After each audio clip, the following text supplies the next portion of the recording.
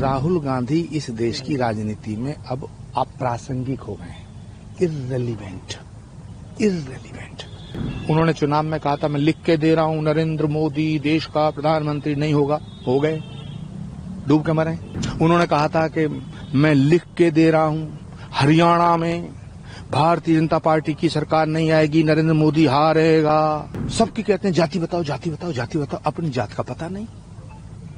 सोचो ना, दुनिया की जाति पूछ तो खुद की जाति बताएं किसी दिन, बताए ना किसी दिन। भाई तुम खुद भी तो बताओ तुम किस जात के हो।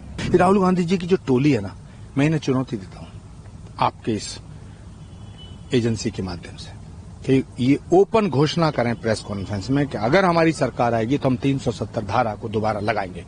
चुनौती है मेरी राहुल गांधी से, कहवे अखिलेश यादव कहवे। राहुल गांधी इस देश की राजनीति में अब अप्रासंगिक हो गए हैं, इर्रेलीवेंट। उन्होंने चुनाव में कहा था मैं लिख के दे रहा हूं नरेंद्र मोदी देश का प्रधानमंत्री नहीं होगा, हो गए, डूब के मरे। उन्होंने कहा था कि मैं लिख के दे रहा हूं हरियाणा में भारतीय जनता पार्टी की सरकार नहीं आएगी, नरेंद्र मोदी हारेगा।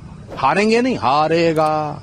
भारत के प्रधानमंत्री का जो सम्मान न करता हो, जो भारत का सम्मान न करता हो, भारत माता की जय ना बोलता हो, वंदे मातरम ना बोलता हो, राम राम ना करता हो, राम का विरोधी, सनातन का विरोधी, कल्कि का विरोधी, गंगा का विरोधी, गाय का विरोधी, तो उनके ऊपर मैं क्या टिप्पणी करूं। सबकी कहते हैं जाति बताओ, जाति बताओ, जाति बताओ, अपनी जात का पता नहीं। सोचो ना, दुनिया की जाति पूछ तो खुद की जाति बताएं किसी दिन, बताए ना किसी दिन। भाई तुम खुद भी तो बताओ तुम किस जात के हो। मैं बड़ा सवाल पूछ रहा हूं, आज तक राहुल गांधी जी ने एक जवाब नहीं दिया।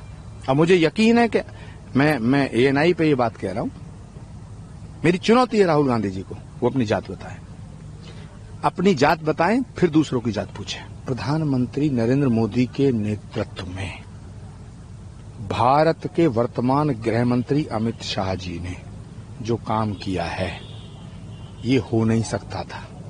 सरदार पटेल के बाद इस देश को पहला ऐसा होम मिनिस्टर मिला है जो होम मिनिस्टर है, जो गृह मंत्री लगता है।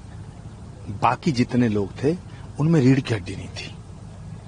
धारा 370 हटाने के बाद इस राष्ट्र की एकता को बल मिला है। किसी की मां ने दूध नहीं पिलाया जो दोबारा धारा 370 लगाते।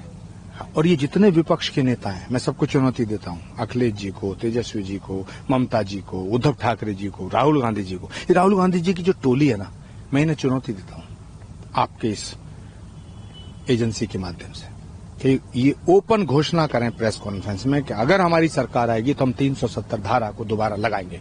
चुनौती है मेरी राहुल गांधी से, कहवे अखिलेश यादव कहवे कि यदि हम भारत की सरकार में कभी आए, इतना बोलें कभी आए, तो धारा 370 दोबारा लगाएंगे।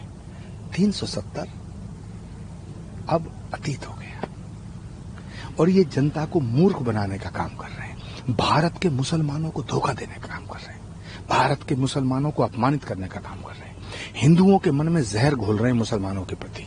जबकि मुसलमान नहीं चाहता है, मुसलमान तो चाहता है हिंदू अपने मंदिर जाए, हमें मस्जिदों में नमाज पढ़ने दें। राम मंदिर के फैसले के बाद किसी मुसलमान ने विरोध नहीं किया, लेकिन मुसलमानों को भड़काने का काम ये विपक्ष करता है। ये इस देश को तोड़ना चाहता है। इसलिए मैं भगवान से प्रार्थना करता हूं कल की धाम की पुण्य भूमि पर, हे भगवान, हे परमपिता परमेश्वर, इन्हें सद्बुद्धि दे।